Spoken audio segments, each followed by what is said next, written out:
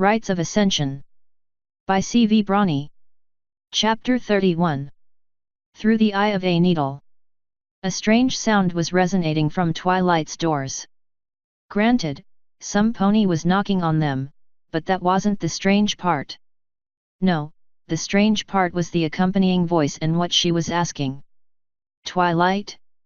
It's Celestia. May I come in? Twilight lifted herself up and stood on her cloud bed. Celestia? Why is she? Never mind, it's Celestia, right? Come in. Princess Celestia did indeed open the doors and step inside. Hello, Twilight. How are you feeling? As well as can be expected. Twilight yawned, sweeping away the pile of tissues with her magic.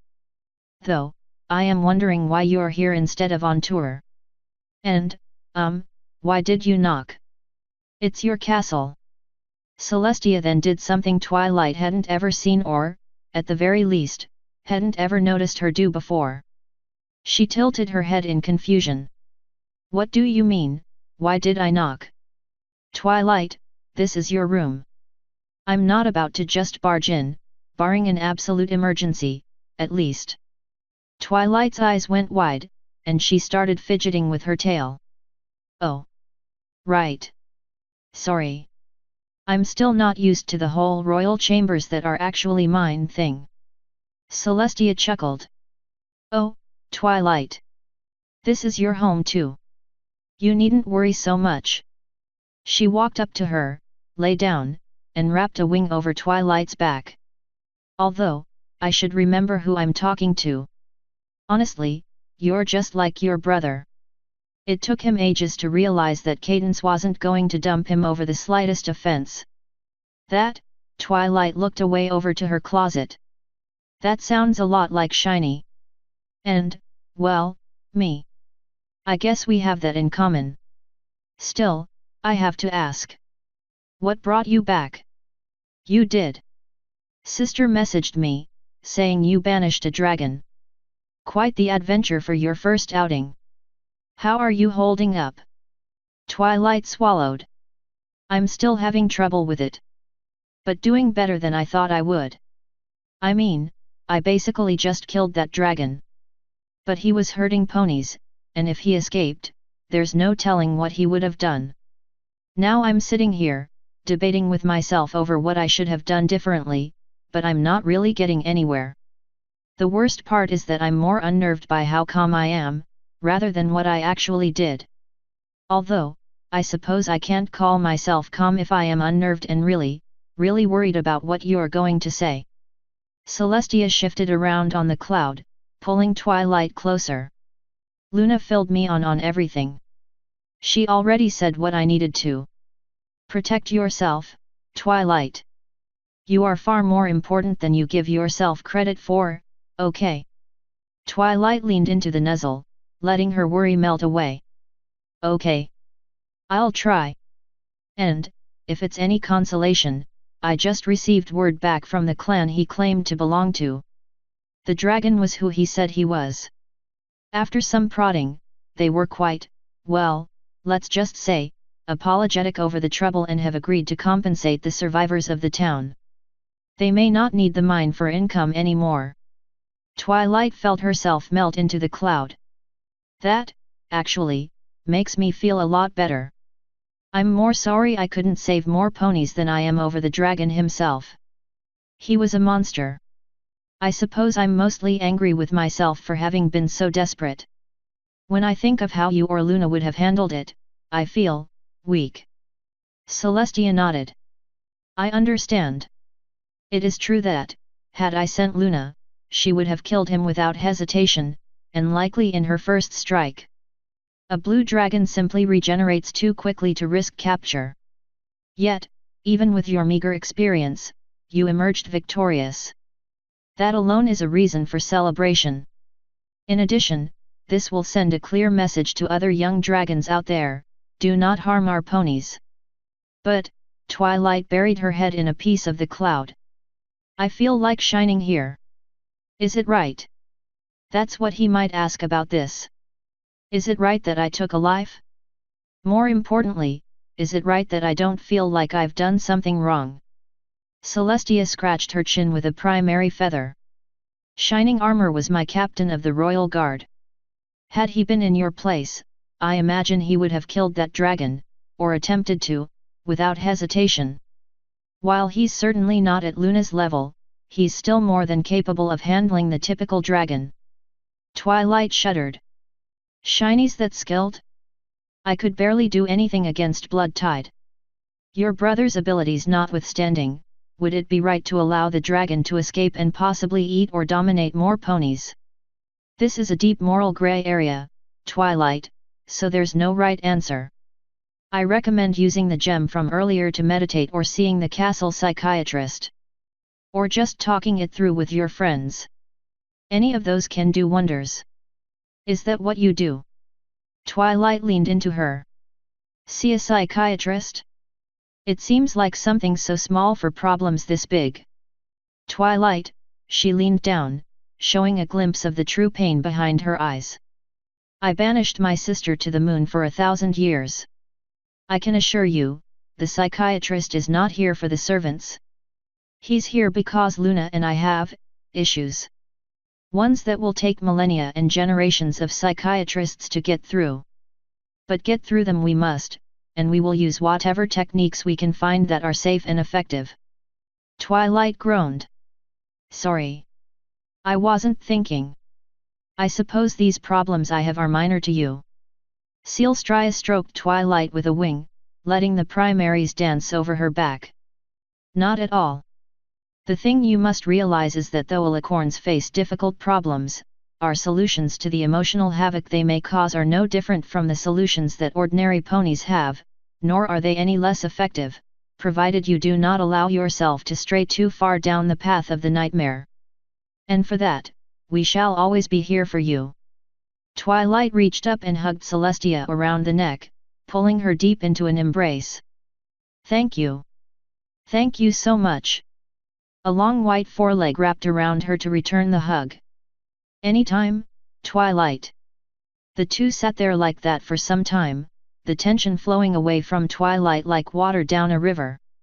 She knew it could not last, but was still altogether surprised at how it ended when there came a frantic pounding at the door. Highness! Highness, come quick! Something is happening in the dungeon. They both broke the hug and, with a single look, shared the same important question. What? Highness, please. Twilight remembered, at that point, that these were her chambers and pulled open the door with her magic, letting an armored day guard in. Thanko! Princess Celestia! You're here too! Thanks Celestia! The princess held up a hoof to calm him. Out with it, Guardian Steel! What's happening in the dungeon? He pulled off his helmet. We aren't exactly sure how, but the prisoners from the siege of Canterlot are gone. Twilight's jaw dropped. Gone. All of them. He swallowed and shook his head. Well, no, just most of them. They used, the stallion winced. My apologies, but words won't suffice for this. It would be best to see for yourself, Highness. Celestia stood and spread her wings. Very well. Twilight was used to Celestia teleporting them places at this point and expected the warm glow that came and whisked her away. However, they stopped short of materializing in the dungeon itself. Instead, she found herself a few corridors away and rushing to keep up with the princess as they ran. What do you think is happening? Twilight asked between breaths. I'm not sure, Celestia replied, skidding around a corner. To lose so many prisoners at once? The only way is teleportation, but the wards there are ironclad. I need to see this with my own eyes. One more turn and they were before what were probably the heaviest, sturdiest, and most enchanted doors in Canterlot Castle. One was already cracked open, and a guard was in front, pushing it the rest of the way. Over here, Your Highness. He waved at them. Celestia didn't pay him any heed as she rushed past and down into the holding block. The white marble of the castle gave way to hardened brown stone blocks, and the warm lighting was replaced with fluorescent lamps. Every steel bar making up the prison had subtly visible enchantments etched on it. Combined with the other lighting, it was almost warm, but the Spartan contents of the rooms made it plain to see that these were not meant to be comforting. The third cell Twilight saw held the first clue as to what happened, along with the fourth, fifth, seventh, and almost every single one after that. Maybe only 1 in 4 lacked the telltale sign the others had on their back walls, a bloody, glowing magic circle inscribed with runes she'd never seen before. What? What is going on here? Is that really blood on the walls? Twilight tried to tear open the door, but the enchantments resisted her telekinesis, forcing it away like she was trying to grab onto water with a hoof. Twilight. Celestia ran back to the cell her student was trying to get into. Look at the structure of the magic circles. See the penetration lines? The beacon rune at the top. Twilight glimpsed at it only for a short second before turning her head away as her blood ran cold and sweat started to leak from her pores. A teleportation marker? They were trying to break through the wards? I can't believe they'd be able to escape like that. Celestia shook her head, words dripping with anger and worry. They can't. Our wards use a recursive spell, among other things, to prevent it. Forcing it like this, I honestly rather doubt any of them survived. Twilight cringed. There's nothing we can do. I'm afraid not. The deed is already done. The question is, where did they try to teleport to? Celestia gazed at the circles, her eyes going over them as rapidly as Twilight had ever seen them move. Guards. Organize patrols. I want the entire ground within 10 kilometers checked. Any survivors or suspicious ponies are to be arrested and brought here. Yes, ma'am. The guards saluted and ran out at a full gallop. Twilight kept looking at the circle. Something was off about it, and it wasn't just the blood. There was something else, but the blood was as good a place as any to start. Why are these written in blood rather than magic? Blood contains lots of magic, Twilight. These ponies, Celestia paused a moment, visibly cringing. As they were prisoners, we put inhibitor rings on their horns as standard procedure. The only way these ponies had to create the circles was to grind their horns on the walls. Blood from any place else wouldn't have enough magic in it. Twilight wobbled and nearly fell over, her legs shaking and knocking together. You're kidding. A remaining prisoner behind her retched in a sink. It was awful. The worst sound I'd ever heard. They weren't even screaming.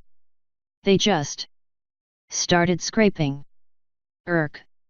Twilight wished there was an open cell so she could get to one of the sinks. Her stomach was ready to evacuate her dinner all over the dungeon floors. What? How did they even know to do that? How did they even know to make these runes?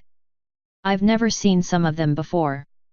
Celestia's wings snapped open in shock, her eyes wider than Twilight had ever seen before as they locked onto the runes. No. No, it can't be. It just can't. Tia. Twilight covered her mouth with a hoof. Don't talk. Don't talk yet. Mustn't open mouth. The circles, they are all precisely identical. That shouldn't happen. If I'm right, and I pray to the heavens I'm not, but if I am, we have a much more serious situation on our hooves. Come.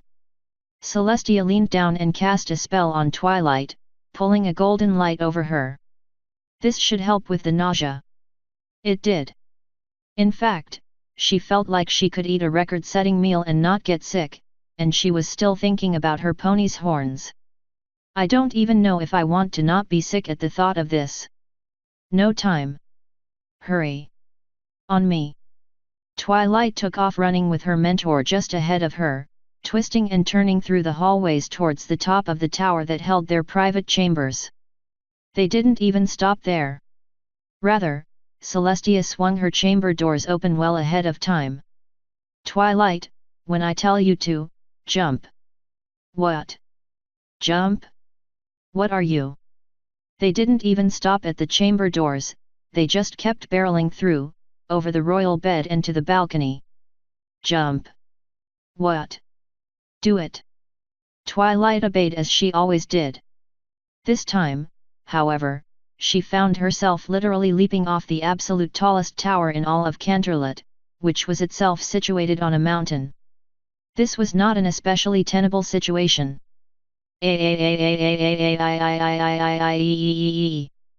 Twilight flailed her limbs again, forgetting all of her training as she plummeted.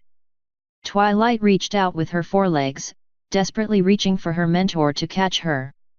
Celestia, however, did more than that. She spread her wings and pulled back, slowing her drop to a glide and catching Twilight directly on her back. There was barely a dip in her flight while Twilight clutched her mentor's neck for dear life, and with one mighty flap, they were off. You could have warned me. Twilight screamed. I apologize, but time is of the essence. I want to see if I can catch them in time. Hold on. Another mighty flap from her wings and Celestia was at speeds Rainbow Dash would easily be proud of, and Twilight had the feeling that the princess was capable of far more. Can you see anything, Twilight? Use your sight if you can. Twilight swallowed and nodded, trying to call upon her sight but only hurt her eyes. I can't. We're going too fast. Or recklessly. Or something. Never mind. I think I see it. Celestia Dove left, swooping to the ground in a dive bomb. Only Twilight's faith in Celestia kept her from screaming out like a little filly while the wind rushed past them in the night sky. Celestia's wings flared and tipped, pulling them out of the dive and breaking their speed in time for a swift but smooth landing on one of the hills surrounding the city. Twilight wasted no time getting to the ground but immediately wished she had stayed on the princess's back instead. This is, her sight finally came to her, and even in the dark of night, she saw what was under her hooves. Miasma. Like back in the Everfree. Some pony died here. Wait, she took another step, and the ground squished under her like there had been a rain. Is this blood? Indeed. There's no pony left. Look. Celestia pointed with a hoof. Twilight shuddered and ran towards where Celestia was pointing. She didn't even care what was there, she wanted out of the miasma, out of the blood. Fortunately, the top of the hill proved to be a dry sanctuary, but there was something else, some sort of bronze-colored machine with 3 glowing white rods sticking out of it and holes for 3 more. It was the only piece of technology anywhere in sight, abandoned by whomever had been using it. They're long gone. Damn. I could have used confirmation. What? Twilight swallowed. Ugh. I hope I never have to see something like this again. What is this thing? Looks like it's just here to hold these solidified magic rods. Seems there are only 3 left. Celestia leaned over it, examining the device. Most likely they needed the magic to perform the teleportation. Since they are only half drained, I assume they meant to use the rest in a getaway with all of the ponies they recovered. The circles in their cells were beacons, a means of locating the prisoners. I do not believe they expected their teleportation to fail. Twilight steadied herself on the object. She wasn't so much physically dizzy as overwhelmed, and her hooves itched from the dark magic on the ground. That still doesn't answer how those ponies even knew how to make that circle. The princess lit her horn, pouring her aura over the land below them. They were told how, I think. Or more accurately, forced to do it. I don't want to admit it, but it all makes sense. I think some of the ponies we captured, the ones from the airship that were resistant to interrogation, were under a guise. Twilight stumbled back. A guise? How? I thought you and Luna had talked to them. And the ponies in the town had draconic magic deep in their ley lines. The guise was plain as day under the sight. I know. Believe me, I know. We did examine them with our sight. Not all Giza are so obvious, but still, we should have seen it. The fact that we did not, plus the fact that whoever is behind it was able to control so many at once, means that this is a geese spell far beyond any I've ever encountered before. Something so subtle our sight cannot see it, and so absolute it can force anything from a subtle suggestion to specific commands given over a large distance. It explains far too much to be mere coincidence. Twilight felt the blood draining from her face as her cheeks went numb. So some of those ponies that attacked us, they were innocent. Celestia sneered at the horizon. I imagine that somehow that dragon is connected. Or was. Now I wish we had captured him alive. Ionos, Twilight said, swallowing. Some pony named Ionos showed the dragon how to perform a geese.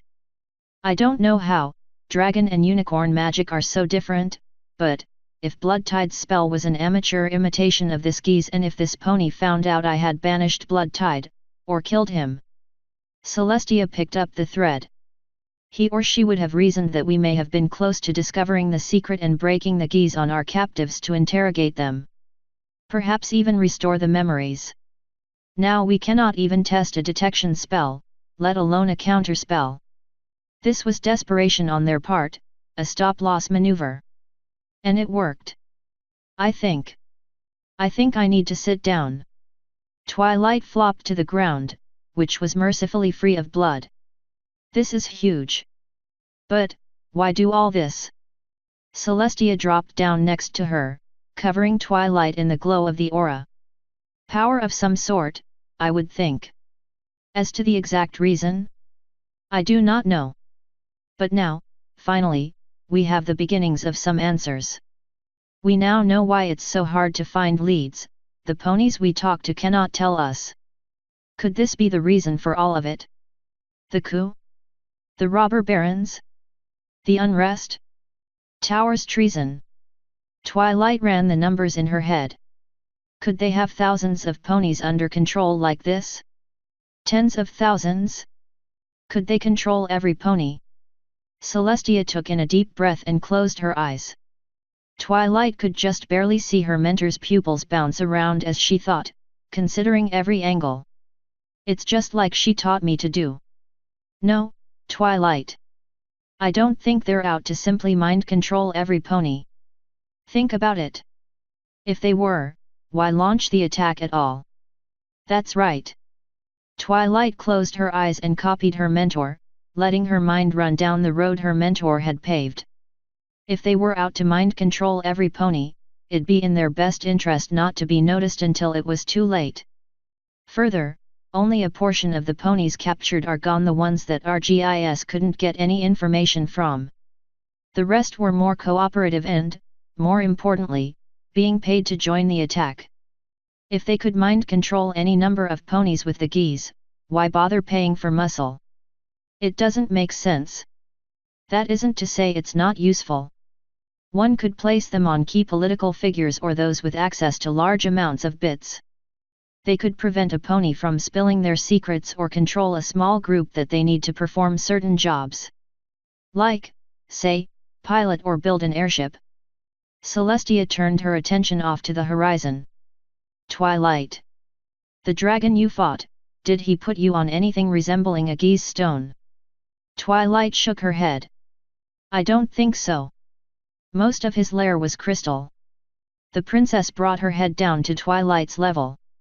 Think hard and carefully. Was there anywhere in the cave with a dark ore? It could be something you stepped on or rubbed up against. Anything you touched. In its natural form, it would be in thin veins, with a green aura in our sight. It wouldn't feel like normal rock, either. I didn't look with my sight, but there was a moment where some dark rocks and dust fell on me. It was, oddly sticky. If that's the case, then, Celestia peered over Twilight's head and ran her magic through her mane like a comb, pulling and tugging at the hairs. What is it? Twilight asked, pulling her head away. You think the dust was a crumbled geese stone? For a relatively crude geese, the psi ore itself can suffice, but that makes the spell less effective. To be of better use, there is a refinement process to create a proper stone. Luna did not mention seeing any of the ore, but even though it may have been mostly mined out, only a little is needed for a short-term spell. Aha! A speck of a pebble floated up and out of Twilight's mane, surrounded by Celestia's powerful aura. One moment. Lines of magic and inscriptions formed in the air around the tiny stone, weaving themselves into a complex magical circle. It has been some time since I've cast this spell, but it should tell us what we're dealing with. The space inside the circle hummed, and green glow emanated from the center. Dark lines swiped across the disk, followed by a new series of symbols at the bottom. Lotto, Ale, Toru, Koan, Crows. Nothing so far. Wait. Celestia spun the little pebble around, and the symbols shifted again. Pisces Gemini. Ziyup, Oran, Maru, Erat, Oran, Deo. Twilight, what do you know of? The base symbol representation for the same class of spells as the geese. Twilight pointed a hoof at the symbols as they continued to shift and scroll. If I'm right, and you're using some kind of analysis spell to figure out the ore's thaumatic properties, then this ore has a really crude, basic recursive geese spell already embedded into it. Also, I want that analysis spell. You'll get a copy, and as for your guess, you are precisely correct. A pony must be touching this ore while the spell is cast for a geese to have any kind of long-term effect. That's one of the secrets about geese spells that we've been keeping hidden to prevent their development and use. Whoever this Ionos is, I'm betting he wanted the ore, not the crystals. And now, he probably has it. What few veins exist are always very small in size, so it was likely recovered quickly, and the rest of the mine and some small amount of the ore left to the dragon. But what about the dragon? He told me about Ionos. And these ponies don't leave loose ends. True. That's a hole in their plan. When we finally found him, we would have. The conversation froze, and their eyes met. The words passed between them without so much as a whisper. While capturing is preferable, had I sent Luna, she still would have killed him without hesitation, and likely in her first strike. Celestia's eyes grew cold. He knew. This Ionos knew we'd find out about the town and the dragon. But he counted on Luna and her impulsiveness, not Grand Mage Sparkle. This was set in motion before we made your promotion public. Twilight started to nod but quickly switched to shaking her head. But what about the ponies of Winter Vale? They'd be a loose end. Celestia looked off to the side for a moment, but when their eyes met once again, Twilight recoiled like a filly would if struck. Flames licked and spat off the princess's torque as she spoke. You are correct. Which means that the geese, as implemented by Blood Tide, would probably have killed the denizens of the town had the dragon perished, most likely by tearing out their wellsprings. If that is the case, the only reason they are still alive is because we sent you, not Luna. The dragon was alive when he was banished and the thaumic link severed, so a fail-safe spell never could have fired and cannot reach our subjects from the dark. Twilight swallowed down a gag that never came, thanks to Celestia's spell from earlier, as silence fell over them. Her legs marked time as they shook, and her mind struggled to find words in a desperate bid to change the subject. They. The geese. If there's some pony that can use one, who else do you think is being controlled? I don't think any of the council are. Or the generals. Any individual I know well enough would eventually be exposed if they were under the effects of a geese. I'd notice at some point. Still, we can't judge any pony solely by apparent intentions anymore. Twilight raised her eyebrow. Yes, but I can't help but think that this is a very, very fragile plan. Even if we'd never be able to tell if a pony is under its effects through behavior, there's still a critical flaw. If we find or develop a counterspell that's easy and safe to use on every pony, mind-controlled or not, this whole thing comes crashing down. I agree. Which begs the question, why go through all the effort? We were bound to find out at some point once they launched their attack. It doesn't make sense if they were out to influence ponies in our government. I have a theory, but I would like to hear your thoughts, Twilight. Twilight blinked. Me? Yes, you, Twilight. You don't have a crown yet, but being the Grand Mage means you are well on your way. Twilight felt the hair on her back stand on end. Well, the ponies that didn't want to talk were on the fake Bellerophon, so maybe they're using them for labor? They were the ones flying the airship. If they're only labor, it might mean they think the geese ponies are ultimately expendable? Which means this is only one tiny part of their plan. The flames on Celestia's neck and back flickered and died down. Precisely. Whatever is truly going on, it's far larger than the geese. My gut says that this is beyond any of my old theories. Though as of yet, I have no proof. Worse, the fact that I could not see the geese in those ponies' ley lines tells me this one is indeed different from the one Blood Tide used, and further, it was not cast by an amateur, there wasn't even the slightest hint of contamination in their ley lines. Whoever this Ionos is, he has mastered the spell completely. Even if it's only a piece of the puzzle, this is monumentally disturbing. Twilight took a tentative step closer to her mentor, feeling the heat in the air to see how safe it would be. Meanwhile, we're at square one. Actually, square zero. We have no idea how this spell is even structured, so we don't have a clue as to where to start with building our counterspell. Celestia shook her head. There is one silver lining. The fact that you could tell which ponies were affected by the dragon's geese tells me that those responsible are not aware of our thaumic sight. It is something we may be able to use against them. Twilight shuddered. Is there anything we can do right now to stop it from being placed on ponies? On alicorns. Alicorns are normally immune. Regardless, I'm going to go ahead and have Luna apply a ward on your body, as well as on Rainbow Dash. Spike's body can't support that, so we can't put a ward on him though.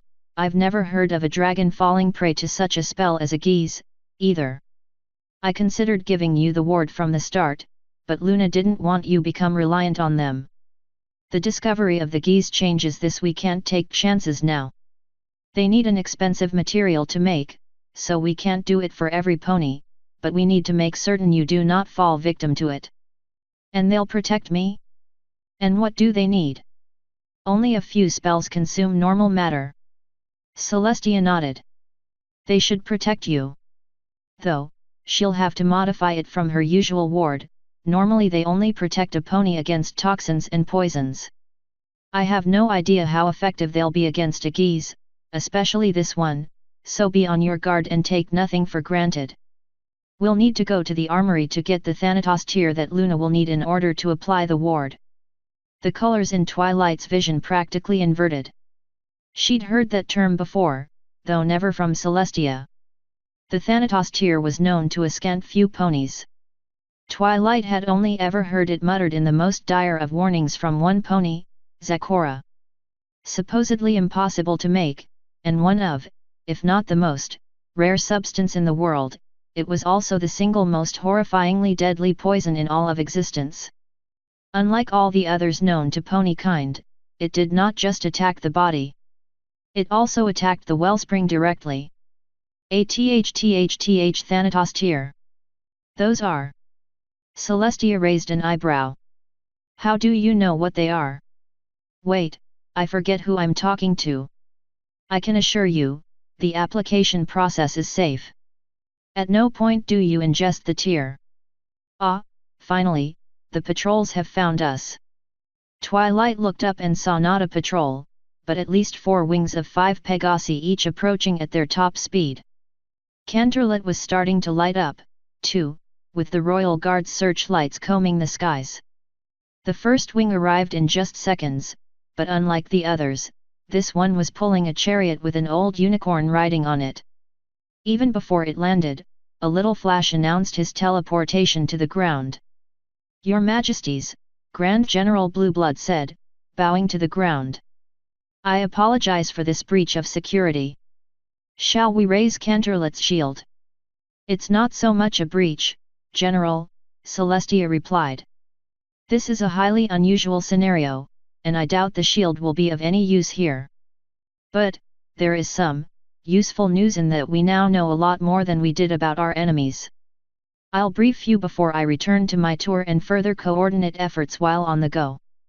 Prepare Courier Pegasi for immediate emergency deployment to the other generals and secure the area for an RGIS evidence comb. Right now, I must return to Canterlot to inform my sister. Right away, Highness. He bowed again. Let me know if you need further help. The guard shall serve. Wings Alpha and Bravo, perimeter sweep, now. He gives orders like my brother. The light of teleportation enveloped them, and they were away. I do not approve of this, sister. We only have 2 tiers. This will deplete our reserves, and the current Zebrakan president is, to put it lightly, uncooperative. Luna followed her sister through the armory, passing through locked door after locked door, each made of enchanted steel, to progressively more dangerous and rare equipment. I'm aware of this, sister. But we must take every precaution against this threat. It is far worse than I imagined. About that. Rainbow hovered behind them, flapping her wings lightly. Twilight's focus drifted just a moment from a new sensation. I can feel the breeze from her Pegasus magic better now. I wonder if that's from having it myself. Can these ponies really control someone? Rainbow was holding her chest with her forelegs and shivering. Like, tell them to do anything they want? Even kill themselves? Yes, Rainbow, Celestia warned. They appear to even be able to control ponies without a voice command. Even give them complex instructions through mere thought. This is why we need to give you the wards to prevent the geese from being used on you. One final set of doors opened into a room filled with heavily secured cabinets, the air around them magically charged. On the back wall was something akin to a medicine cabinet, albeit made of metal with a face dominated by a large gem lock, similar to the one Twilight had seen on the chest containing her brother's new armor. Celestia turned around and gave them a warm smile. Be at ease, my ponies. The warding process is painless, if boring. Sister will do all the work. Humph. We're just lucky I ever studied geese counter spells. But I must warn you, sister. Luna put her horn to the gem and began to work her magic into it. My knowledge of them is modest at best.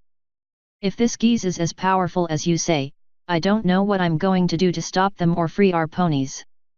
Celestia sighed. Right now, I'm going to settle for finding a way to detect it. If we can get that far, I have confidence one of us, be it you, Twilight, or myself, will be able to figure out a way to analyze and break it. In the meantime, we must take whatever precautions we can. That much I agree with. The gem vanished, and 2 clear, nearly empty bottles were revealed to be behind it. Each only had a single drop inside of them. The tears are ready. Rainbow Dash, remove your armor. Rainbow looked over to Twilight, clearly nervous, but began removing her chest plate. Okay, the ward isn't so much scary as it is, itchy. These glowy blue lines on our bodies will fade, right? Rainbow was kicking her hoof every few steps like she was trying to shake something off. Twilight nodded as they walked back to their rooms, their bodies covered in runes and intricate lines.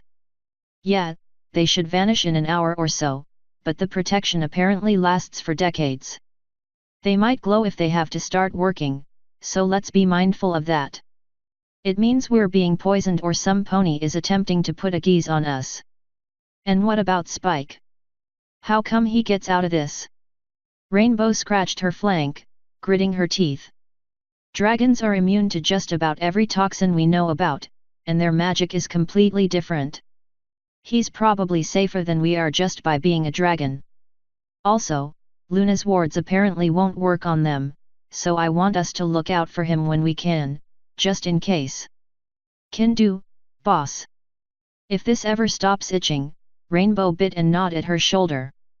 Seriously. I wouldn't bite at that if I were you.